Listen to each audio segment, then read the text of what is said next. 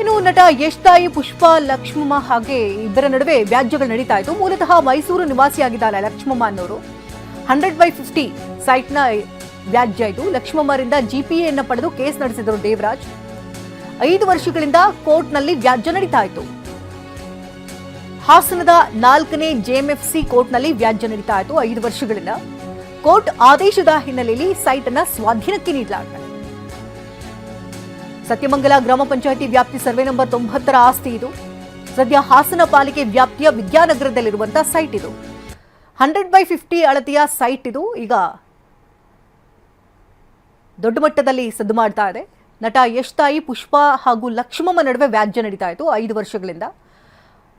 ಲಕ್ಷ್ಮಮ್ಮ ಮೂಲತಃ ಮೈಸೂರಿನವರು ಅಂತ ಹೇಳಲಾಗ್ತಾ ಇದೆ. ಆದರೆ ತಾಯಿ ಪುಷ್ಪಾ ಅವ್ರು ಹೇಳಿದ್ ಬೇರೆ, ಲಕ್ಷ್ಮಮ್ಮ ಅನ್ನೋರು ಯಾರು ಅಂತಾನೆ ಗೊತ್ತಿಲ್ಲ. 7 ವರ್ಷಗಳಿಂದ ಈ ಒಂದು ವ್ಯಾಜ್ಯ ನಡೀತಾ ಇದೆಯಲ್ಲ, ಇಲ್ಲಿವರೆಗಾದ್ರೂ ಒಮ್ಮೆ ಆದ್ರೂ ಅವ್ರ ಮುಖ ತೋರಿಸಬಹುದಾಗಿತ್ತಲ್ಲ. ಜಿಪಿಎನೂ ಮಾಡಿದ್ದಾರೆ ದೇವರಾಜ್ಗೆ, ಓಕೆ, ಅವ್ರ ಜೊತೆನಲ್ಲಾದ್ರೂ ಒಂದ್ಸರಿನಾದ್ರೂ ಕೋರ್ಟ್ಗೋ ಅಥವಾ ಎಲ್ಲಾದ್ರೂ ಕಾಣಿಸ್ಕೊಳ್ಬಹುದಿತ್ತಲ್ಲ. ಇದೆಲ್ಲ ಕೃತಕವಾಗಿ ಸೃಷ್ಟಿ ಮಾಡಿರುವಂತಹ ದಾಖಲೆಗಳಷ್ಟೇ. ಇದಕ್ಕೆ ಯಾವುದೂ ಕೂಡ ಮೂಲ ದಾಖಲೆಗಳಿಲ್ಲ. ಇದು ಕಂಪ್ಲೀಟ್ ಆಗಿ ಫೇಕ್ ಡಾಕ್ಯುಮೆಂಟ್ಸ್ ಅಂತ PDO ನಾಗರಾಜ್ ವಿರುದ್ಧ ಕೂಡ ಆಕ್ರೋಶವನ್ನು ವ್ಯಕ್ತಪಡಿಸಿದ್ದಾರೆ. ಆತನೇ ಇದರಲ್ಲೆಲ್ಲದರ ರೂವಾರಿ ಅಂತ ಕೂಡ ಆಕ್ರೋಶವನ್ನು ವ್ಯಕ್ತಪಡಿಸಿದ್ರು. 5 ವರ್ಷಗಳಿಂದ ಕೋರ್ಟ್ನಲ್ಲಿ ವ್ಯಾಜ್ಯ ನಡೀತಾ ಇದೆ. ಹಾಸನದ 4ನೇ ಜೆಎಂಎಫ್ಸಿ ಕೋರ್ಟ್ನಲ್ಲಿ ವ್ಯಾಜ್ಯ ನಡೀತಾ ಇದ್ದು, ಕೋರ್ಟ್ನಿಂದ ನನಗೆ ಯಾವುದೇ ರೀತಿಯ ಆದೇಶಗಳು ಬಂದಿಲ್ಲ. TVNಗೆ ಯಶ್ ತಾಯಿ ಪುಷ್ಪಾ ಹೇಳಿಕೆಯನ್ನು ಕೊಟ್ಟಿದ್ದಾರೆ. ಈಗ ನಾನು ಜಾಗದ ಬಗ್ಗೆ ದಾಖಲೆಯನ್ನ ತೋರಿಸ್ತೇನೆ, ನನ್ನ ಬಳಿ ಎಲ್ಲಾ ದಾಖಲೆಗಳು ಕೂಡ ಇದೆ. ಅವನು ಕೋರ್ಟ್ ಆರ್ಡರ್ ಅನ್ನ ತೋರಿಸ್ಲಿ, ಅವನು ಹಾಕಿರೋದೆಲ್ಲ ಫೇಕ್ ದಾಖಲೆಗಳು ಅಂತ ಆಕ್ರೋಶ ವ್ಯಕ್ತಪಡಿಸಿದ್ದಾರೆ. ನಮ್ಮ ಪ್ರತಿನಿಧಿ ಮಾತನಾಡಿಸಿದ್ದಾರೆ. ಪುಷ್ಪಾರವ್ರನ್ನ ಏನ್ ಹೇಳಿದ್ದಾರೆ ಕೇಳೋಣ.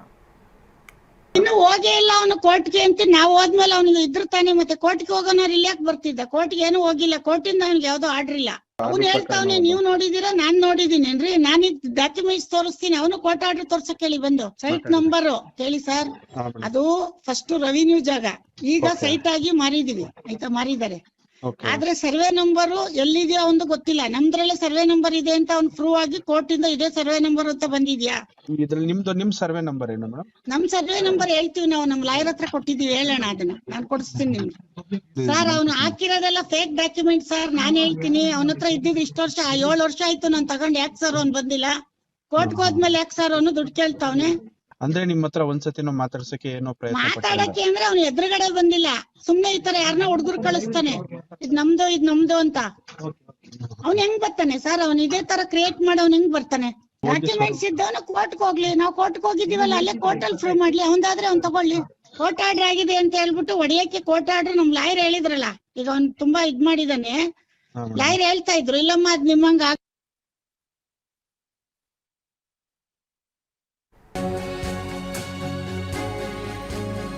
ನಾಳೆ ನಾನು ಹಾಸನಕ್ಕೆ ಹೋಗ್ತಾ ಇದ್ದೇನೆ ಅಂತ ಪುಷ್ಪಾರವ್ರು ಹೇಳಿದ್ದಾರೆ. ನಾಳೆ PDO ವಿರುದ್ಧವೂ ಕೂಡ ನಾನು ದೂರು ಕೊಡ್ತೇನೆ ಅಂತ ಹೇಳಿದ್ದಾರೆ. ದಾಖಲೆ ಇದ್ರೆ ಕೋರ್ಟ್ನಲ್ಲಿ ಎಲ್ಲವನ್ನ ಸಾಬೀತು ಮಾಡಲಿ. ಇದು ಪುಷ್ಪಾರವರ ಮಾತಾಗಿದೆ. ಅಲ್ಲ, ಅದು ಅವ್ರದ್ದೇ ಬಿಟ್ಬಿಡಿ ಅನ್ನೋರಲ್ವಾ, ನಾವು ಕೋರ್ಟ್ಗೆ ಹಾಕಿದ್ಮೇಲೆ ಹೇಳ್ತಾರಲ್ವಾ ಲಾಯರ್. ಅವನಿಗೆ ಅವ್ನ್ ದೊಡ್ಡ ವೀರ ಅನ್ನಿಸ್ಕೊಳಕ್ ಹೋಗ್ಯವನಿ. ನನ್ ಮಗನ ಹೆಸರು ನೋಡ್ಬಿಟ್ಟು ಹೋಗವನ ಅವನು. ಹಾಸನಲ್ಲಿ ನಾನೇನು ಅಂತ ಅವನಿಗೆ ತೋರ್ಸ್ಬೇಕಲ್ಲ. ದುಡ್ಡು ಕೊಟ್ಟು ನಾವು ಜಾಗ ತಗೊಂಡಿರೋರು ಇಲ್ಲೇ ಇದಾರೆ ಲೋಕಲ್ ಅಲ್ಲಿ. ಅವ್ರನ್ನು ಕರೆಸ್ತೀನಿ, ನಾಳೆ ಬರ್ತೀನಿ, ಅವ್ರನ್ನು ಕರಿತೀನಿ. ನಾಳೆ ನಾನು ಹೋಗಿ ಕರ್ದು ಹೇಳ್ಬೇಕು, ಇವನ ಸ್ವರೂಪನ್ ಕರಿತೀನಿ. ನೋಡಪ್ಪ, ಹಾಸನ್ ಹೆಸರು ಹಾಳು ಮಾಡ್ತಾವನೆ ಇವನು ಸ್ವಲ್ಪ ನೋಡ್ಕೊ ಅಂತ ಹೇಳ್ಬೇಕು ಅವನಿಗೆ. ನೀವು ಹೋಗಿ PDO ವಿರುದ್ಧನೂ